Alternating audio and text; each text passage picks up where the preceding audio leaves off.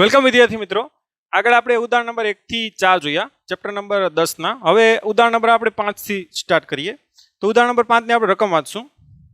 તમને કીધું કે ઉદાહરણ જે 3 ની જે ડિટેલ છે આપણે લેવાની, એમાં દરેક સ્લિટની પહોળાઈ કેટલી હોવી જોઈએ કે જેથી એક સ્લિટની ભાતમાંની મધ્યસ્થ અધિકતમમાં, વિદ્યાર્થી મિત્રો એક સ્લિટ દ્વારા શું રચાય તો કે વિવર્તન, અને વિવર્તનમાં જે મધ્યસ્થ અધિકતમ છે ને એમાં 10 પ્રકાશિત શલાકાઓ આવી જવી જોઈએ.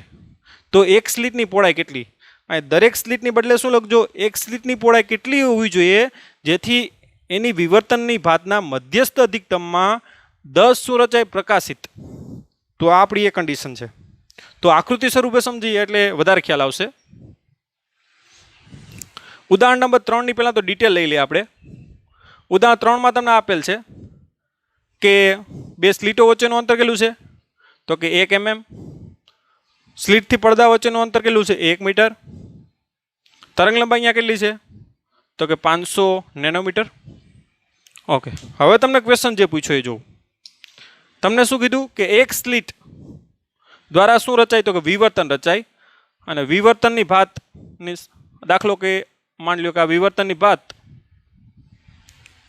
આ એનું શું છે તો કે મધ્યસ્થ અધિકતમ. ધ્યાન આપજો, એમાં શું રચાઈ જવો જોઈએ, આવી રીતે 10 પ્રકાશિત રચાઈ જવી જોઈએ. ધ્યાન આપજો, ઉપર 5 અને એ રીતે નીચે 5, એવી રીતે કેટલી 10 પ્રકાશિત શલાકાઓ રચાઈ જવી જોઈએ. તો એના માટે આ જે સ્લિટનું અંતર છે, દાખલા કે એને સ્મોલ એ કહી દઉં, એ કેટલું હોવું જોઈએ એ આપણે મેળવવાનું છે. પહેલાં તો આપણે આ અંતર મેળવી લઈએ. ધ્યાન આપજો, તો મધ્યસ્થ અધિકતમની પહોળાઈ ખબર છે, આપણે ખ્યાલ છે કે આ પ્રથમ ન્યૂનતમ છે. એના માટે શું લખાય ડી સાઇન થીટા બરાબર શું લખાય લેમ્બડા. માટે થીટા બરાબર શું લખાય લેમ્બડાના છેદમાં ડી, એટલે કે 2 થીટા બરાબર શું થાય 2 લેમ્બડાના છેદમાં ડી. આ શું આવી આપણે ટોપિકમાં પણ મેળવી લીધું, મધ્યસ્થ અધિકતમની શું આવી પહોળાઈ. હવે આ પહોળાઈમાં 10 પ્રકાશિત શલાકાઓ રચાવી જોઈએ. તો વિદ્યાર્થી મિત્રો પાંચમી પ્રકાશિત શલાકા અહીંયા હોવી જોઈએ. ધ્યાન આપજો, તો પાંચમી પ્રકાશિત માટે આ અંતર ગણ લઈએ, એનું આપણે ડબલ કરી નાખશું, આ x5 કહી દઈએ. પાંચમી પ્રકાશિત શલાકા માટે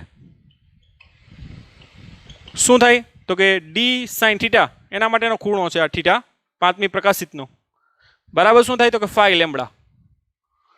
થીટા નાનો હોય તો થીટા સાઇન થીટા બરાબર શું લખાય 5 લેમ્બડાના છેદમાં ડી. ઓકે, આ વિદ્યાર્થી મિત્રો આપણે વિવર્તનમાં સ્લિટની પહોળાઈ એ લીધી. ધ્યાન આપજો, એટલે અહીંયા આવશે એ સ્મોલ એ. ધ્યાન આપજો, એટલે અહીંયા આવશે સ્મોલ એ.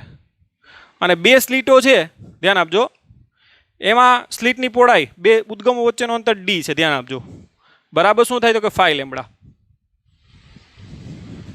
માટે થીટા બરાબર 5 લેમ્બડાના છેદમાં ડી. માટે 2 થીટા કોના માટે તો કે વ્યતિકરણ માટે. ધ્યાન આપજો, બરાબર શું થાય 10 લેમ્બડાના છેદમાં કેટલું થાય તો કે ડી. ધ્યાન આપજો, આ વિવર્તન માટે છે, અને આ શું છે વ્યતિકરણ. ઓકે, તો વિવર્તનની આ જે મધ્યસ્થ અધિકતમની પહોળાઈ છે એમાં 10 રચાઈ જવી જોઈએ, 5 ઉપર અને 5 નીચે. એટલે આ 5 ઉપરનું અંતર કેટલું થાય તો કે આટલું. હવે આ બંને 2 થીટા કેવા થવો જોઈએ સેમ. ખ્યાલ આવ્યો? એનો મતલબ શું થાય કે મધ્યસ્થ અધિકતમમાં 10 શું રચાઈ ગઈ પ્રકાશિત. હવે ધ્યાન આપજો, સમીકરણ 1 અને 2 ને સરખાવતા, સમીકરણ 1 અને 2 ને સરખાવતા શું થાય તો કે 2 લેમ્બડાના છેદમાં, અહીં ધ્યાન આપજો, આ એ આવશે, આ સિમ્બોલ એ લીધો છે આપણે, 2 લેમ્બડાના છેદમાં એ બરાબર શું થાય તો કે 10 લેમ્બડાના છેદમાં ડી. અહીં આવશે 5, આ લેમ્બડા પણ ઉડી જશે.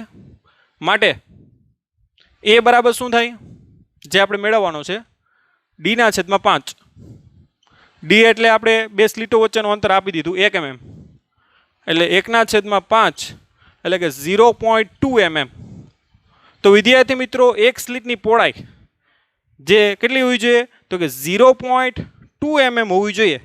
તો એના મધ્યસ્થ અધિકતમમાં વ્યતિકરણના કેટલા તો કે 10 મહત્તમ એટલે 10 પ્રકાશિત શલાકાઓ આવી રીતે રચાઈ જશે. તો થોડોક સમજણવાળો દાખલો છે, વ્યવસ્થિત ધ્યાન આપજો. ઓકે, હવે આપણે આ ઉદાહરણ નંબર 3ની ડિટેલ છે, પણ આપણું ઉદાહરણ નંબર કયું છે આ 5. ઓકે, હવે ઉદાહરણ નંબર 6 જોઉં.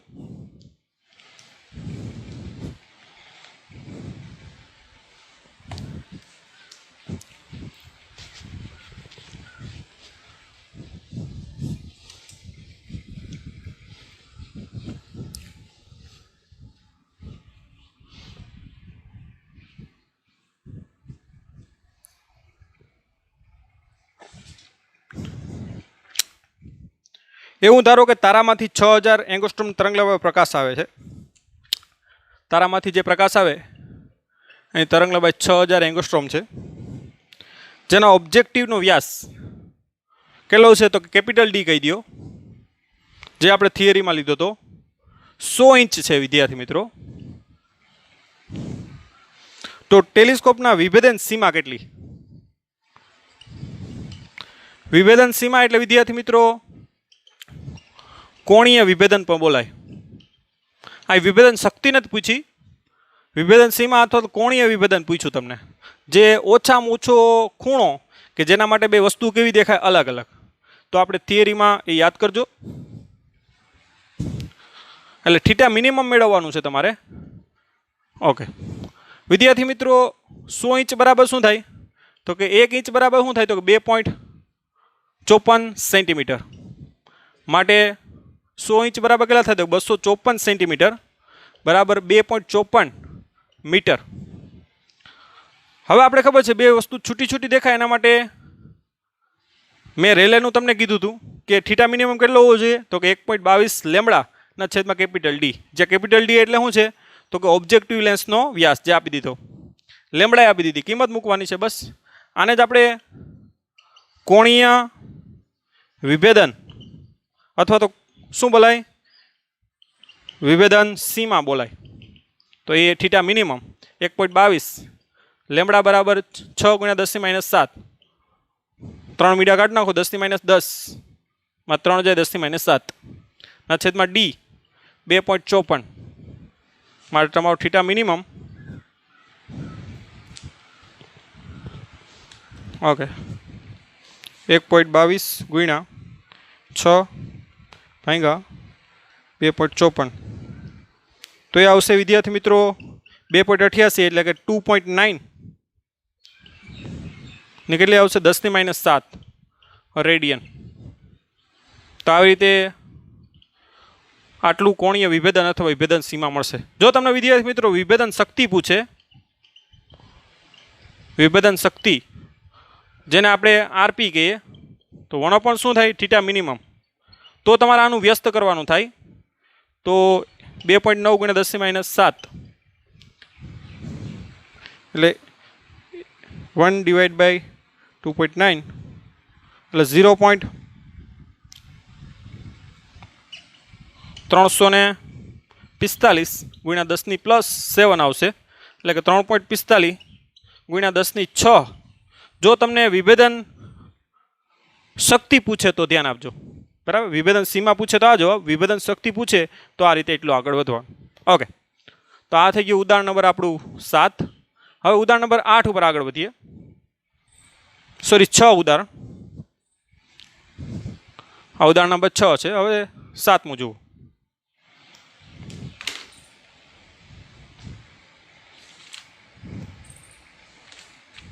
ઓકે, ફટાફટ લખી લ્યો વિદ્યાર્થી મિત્રો. ઓકે,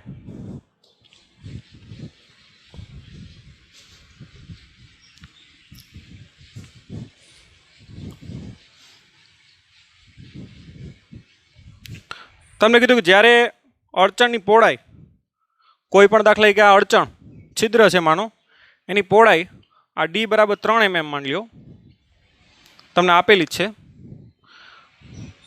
એ અડચણની પહોળાઈ 3 mm હોય અને તરંગ લંબાઈ દાખલા કે જે એમાંથી પ્રકાશ આવે એની તરંગ લંબાઈ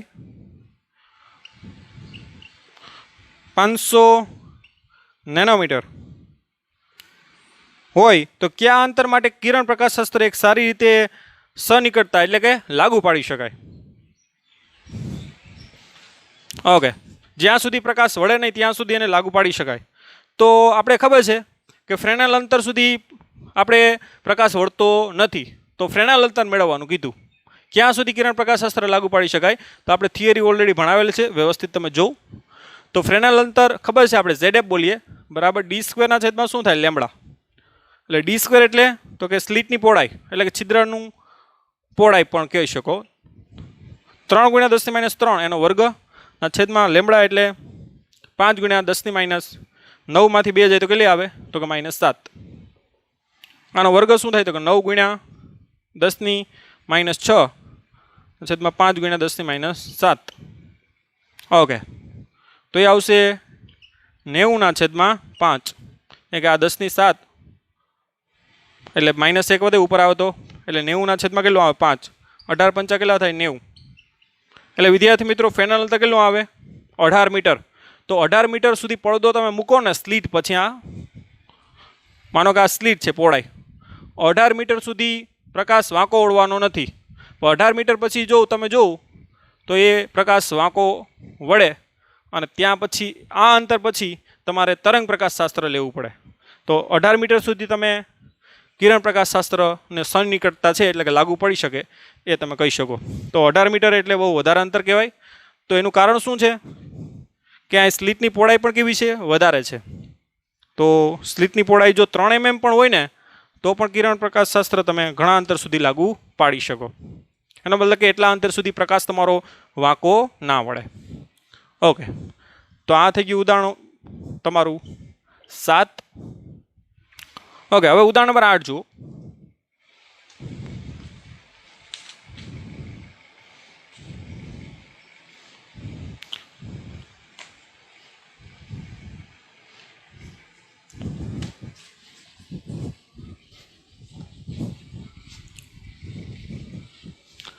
ઓકે, ઉદાહરણ નંબર 8 પહેલાં થોડા કોન્સેપ્ટ વિદ્યાર્થી મિત્રો આપણે ભણી લઈએ, જે તમારે કોમ્પિટિટિવ એક્ઝામ માટે પણ ખૂબ કામના છે અને એ ઉદાહરણ નંબર 8માં પણ આપણે કામ આવશે. તો પહેલાં કોન્સેપ્ટ જોઈ લ્યો. ઓકે, પહેલાં તો આપણે માનો કે આ ટુર્મેલિન પ્લેટ છે, ધ્યાન આપજો.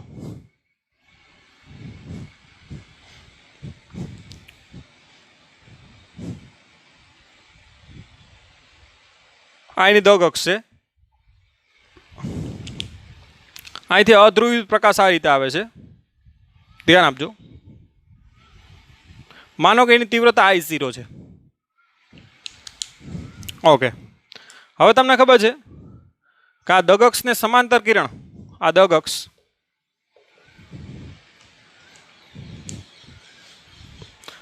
અક્ષ છે એને સમાંતર કિરણો તમને અહીંથી મળશે.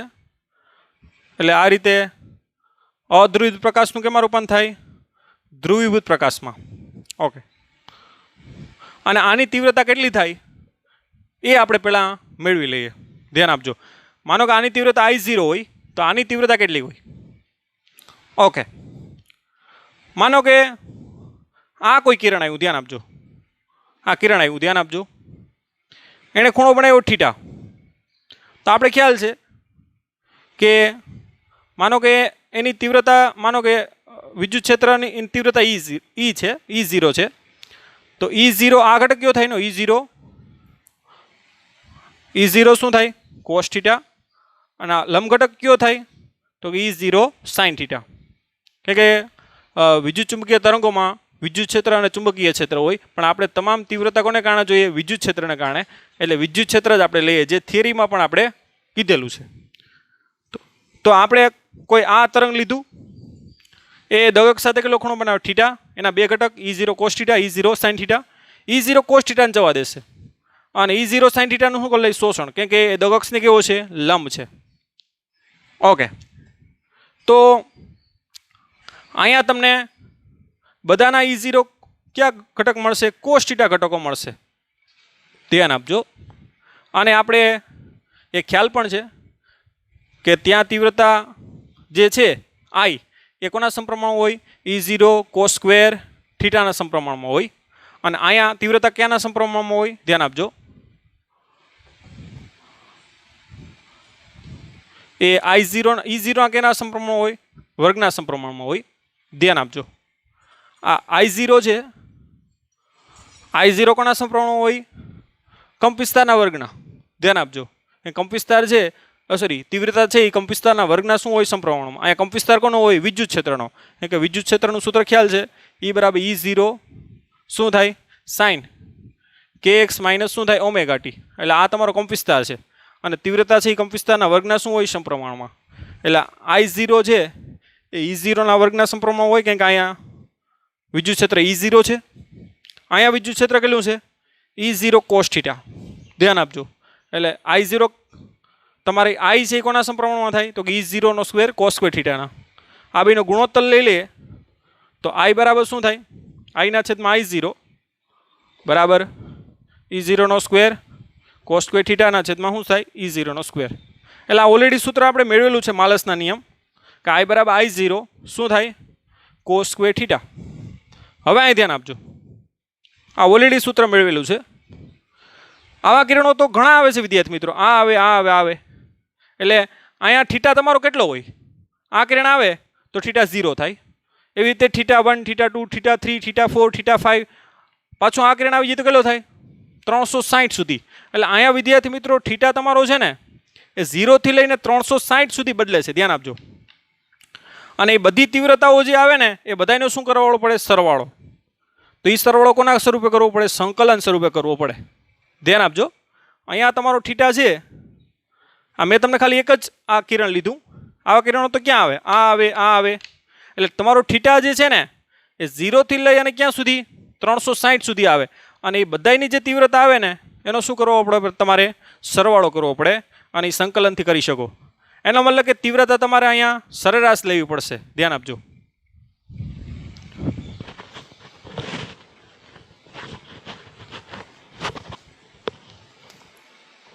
ઓકે, તો તમારે તીવ્રતા સરેરાશ લેવી પડશે. તો સરેરાશ તીવ્રતા I એવરેજ બરાબર શું થાય 0 થી 2π, 2π એટલે 360, I ના છેદમાં શું થાય તો કે I બરાબર કિંમત જ મૂકી દઈએ, I0 cos square theta d theta ના છેદમાં 0 થી 2π d થીટા. સરેરાશ આપણે આ રીતે જ લઈએ છીએ, જે ધોરણ નંબર 11માં પણ શીખા છે. ઓકે, ચાલો હવે એનું સંકલન કરીએ. I0 તો અચળ છે, બહાર કાઢી નાખીએ. cos સ્ક્વેર થીટા બરાબર શું થાય સૂત્ર 1 પ્લસ cos 2 થીટા ના છેદમાં 2 ઇન્ટુ d થીટા 0 થી 2π ના છેદમાં d થીટાનું સંકલન શું થાય તો કે થીટા 0 થી 2π. તો I0 ના છેદમાં શું આવે તો કે 2π માઇનસ 0 એટલે 2π,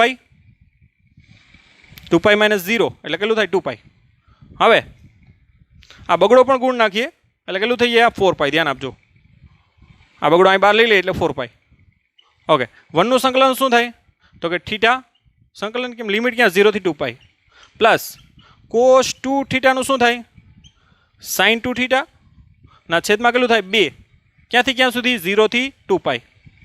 ઓકે, તો I0 ના છેદમાં 4π, આ કેટલું થાય 2π માઇનસ 0 એટલે 2π પ્લસ આમાં તમે 2π મૂકો તો 4π, sin 4π કેટલું થાય 0 અને sin 0 પણ 0 એટલે આ કેવું થાય 0 મૂકી દેજો તમે, એટલે પાઈ પાઈ કેન્સલ, આ 2 એટલે I0/2.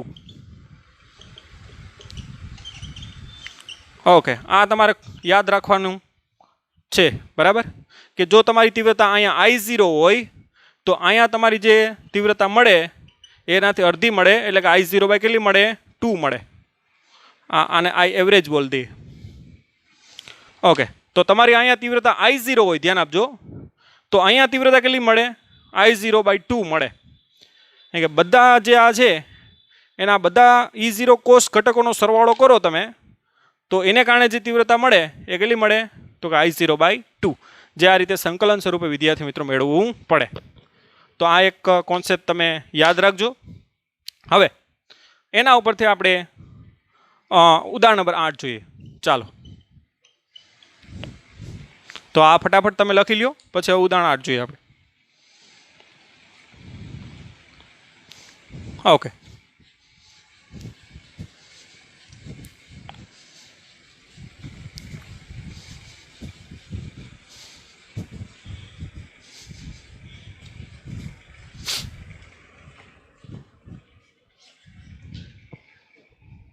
ઉદાહરણમાં 8માં શું કીધું કે જ્યારે એક પોલોરાઇડ તકતીને એકબીજાને લંબ રાખેલ બીજી બે પોલોરાઇડની વચ્ચે ભ્રમણ આપવામાં આવે, ધ્યાન રાખજો, બે ટોટલ 3 પોલોરાઇડ છે, પહેલી અને ત્રીજી એ પરસ્પર લંબ છે, એની વચ્ચે એ બીજી ફરે છે, ધ્યાન આપજો, ત્યારે નિર્ગમન પામતા પ્રકાશની તીવ્રતાની ચર્ચા કરો, એટલે કે એનું સમીકરણ મેળવો.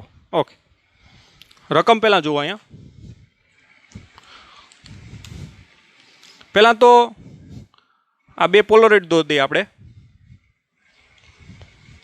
આ પોલોરાઇડ પહેલું અને આ ત્રીજું, ધ્યાન આપજો.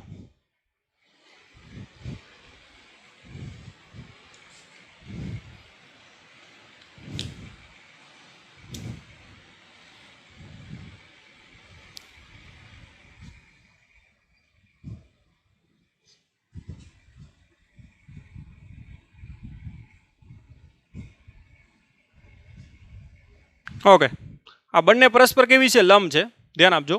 દોરવી થોડીક મુશ્કેલ છે કેમ કે આ આમ છે અને આ આમ છે.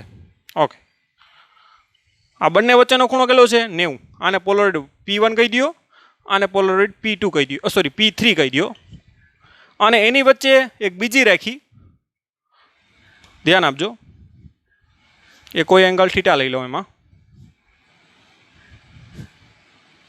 આ P2 એ શું કરી રહી છે? આવી રીતે ભ્રમણ. આ આવી રીતે આમ છે, આ છે એના આમ લંબ છે, અને આ વચ્ચે શું કરી રહી છે? આમ ભ્રમણ. ઓકે, તો અહીંયા જે તીવ્રતા નીકળે લાસ્ટમાં, એની તીવ્રતાનું સૂત્ર આપણે મેળવવાનું. માનો કે તીવ્રતા અહીંયા I0 છે, અધ્રુવી પ્રકાશ આવે છે, અહીં ધ્યાન આપજો. તો હમણાં તમને કીધું એમ અહીં કેટલી થઈ જાય? I0/2. અહીંયા કેટલી થઈ જાય? ઓકે, અહીંયા તમે પહેલાં કહી દો, અહીંયા 1ની બહાર નીકળે એટલે I1 કહી દો, અહીં 2ની બહાર નીકળે એટલે I2 કહી દો, અને 3ની બહાર નીકળે એટલે શું કહી દો? I3. ઓકે, I1 બરાબર ખબર છે, જરૂર પડે તો મને ખબર છે I0/2 થાય, પણ આમાં જરૂર નહીં પડે. તો I3નું આપણે સૂત્ર મેળવવાનું. ઓકે, આની નાની વચ્ચેનો ખૂણો કેટલો? P1 અને P3 વચ્ચેનો ખૂણો કેટલો છે? 90 છે. માનો કે P1 અને P2 વચ્ચેનો ખૂણો થીટા હોય, દગ અક્ષ વચ્ચેનો ખૂણો કેટલો હોય? થીટા. આ P1 ની દગ અક્ષ અને આ P2 ની આ વચ્ચેનો ખૂણો કેટલો? આ થીટા. તો વિદ્યાર્થી મિત્રો, આની વચ્ચેનો ખૂણો કેટલો થાય? તો કે 90 - થીટા. કારણ કે આની વચ્ચેનો ખૂણો કેટલો છે?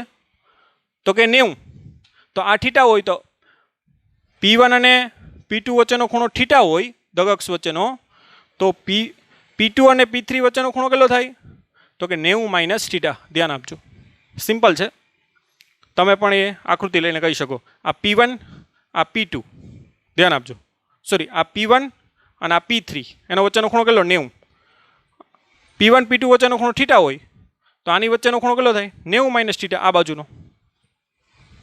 ઓકે, તો એ આપણે થઈ ગયું. હવે આપણે માલસનો નિયમ ઉપયોગ કરીને I1 સૂત્ર લખીએ. તો I1 બરાબર શું થાય? પહેલાં તો I2 નું સૂત્ર લખ નાખો. ચાલો, I2 બરાબર શું થાય? તો કે I1 cos² થીટા, બરાબર ને? I2 બરાબર શું થાય? એની આગળની I1 cos² થીટા. અને I3 નું સૂત્ર શું થાય? તો કે I3 બરાબર I2, આગળની આવે I2, શું આવશે? તો કે cos², એની વચ્ચેનો ખૂણો કેટલો છે? 90 - થીટા. ધ્યાન આપજો.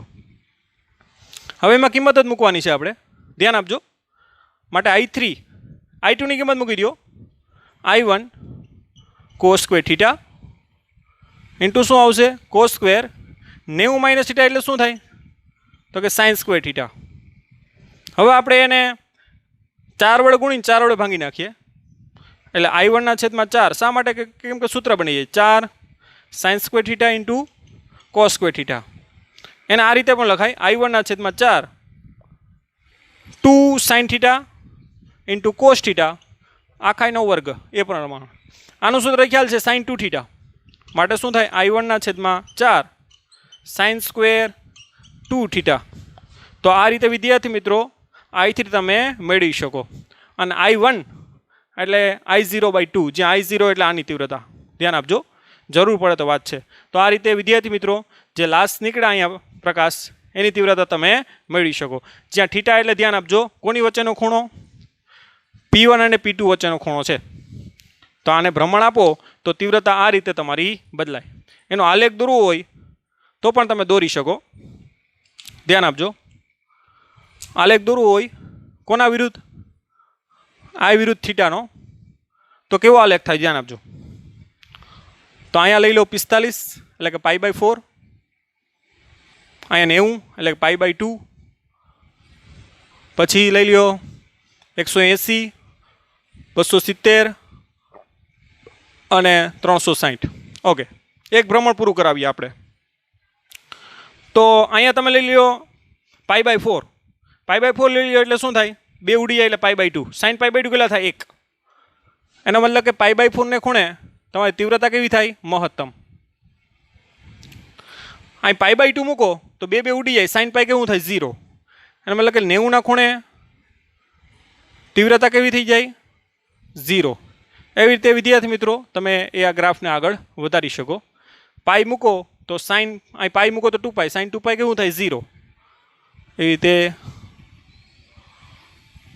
આ ગ્રાફ તમે આ રીતે આગળ વધારી શકો. એનો મતલબ કે એક ભ્રમણ પૂરું કરો તો તીવ્રતા કેટલી વખત, 4 વખત તમારી મહત્તમ થશે અહીંયા. અને 4 વખત કેવી થાય, 1 2 3 4 5, અથવા તો અહીંથી તમે સ્ટાર્ટ કરો તો 1 2 3 4, 4 વખત કેવી થાય 0, કારણ કે આને આગળની ગણવાની થાય. એટલે 1 2 3 ને 4, 4 વખત તીવ્રતા તમારી અહીંયા 0 થાય અને 4 વખત તીવ્રતા કેવી થાય, મહત્તમ થાય એક ભ્રમણ દરમિયાન. તો આ રીતે એનો ગ્રાફ પણ તમે દોરી શકો. ઓકે, હવે ઉદાહરણ નંબર આપણું લાસ્ટ રહ્યું, ઉદાહરણ નંબર 9. ઓકે, ચાલો.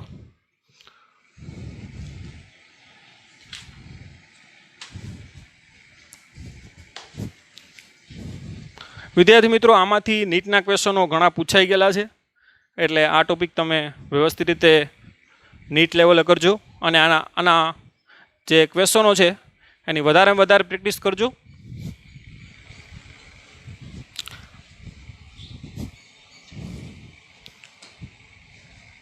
તમને કીધું કે અધ્રુવિત પ્રકાશ એક સમતલની કાચની સપાટી ઉપર આપાત થાય અને પરાવર્તિત કિરણ અને વક્રીભૂત કિરણો એકબીજાને લંબ થાય, તે માટે આપાત કોણ કેટલો હશે?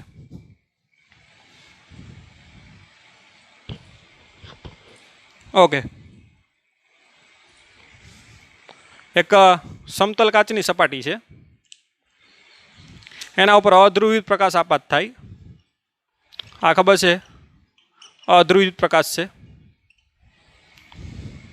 આ પરાવર્તિત કિરણ અને આ કયું છે ધ્રુવીભૂત કિરણ. બંને પરસ્પર કેવા થાય, લંબ. એનો મતલબ કે આ કેવું થઈ ગયું હોય તો કે સંપૂર્ણ ધ્રુવીભૂત થઈ જાય.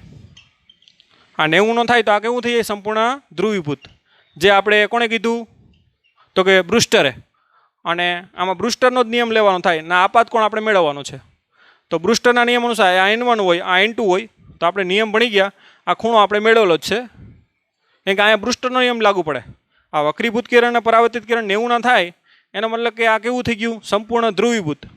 અને એના માટે આપણે સૂત્ર મેળવેલું છે કે tan I બરાબર શું થાય તો કે N2 ના છેદમાં શું થાય, N1, ઘટ માધ્યમના છેદમાં પાતળું, માટે tan I બરાબર N2 કેટલો આપી દીધું, કાચ છે એટલે 1.5, હવા છે એટલે 1, માટે I બરાબર tan ઇન્વર્સ તમારું 1.5. એટલે તમે ટેબલમાં જોઈ શકો એ ખૂણો.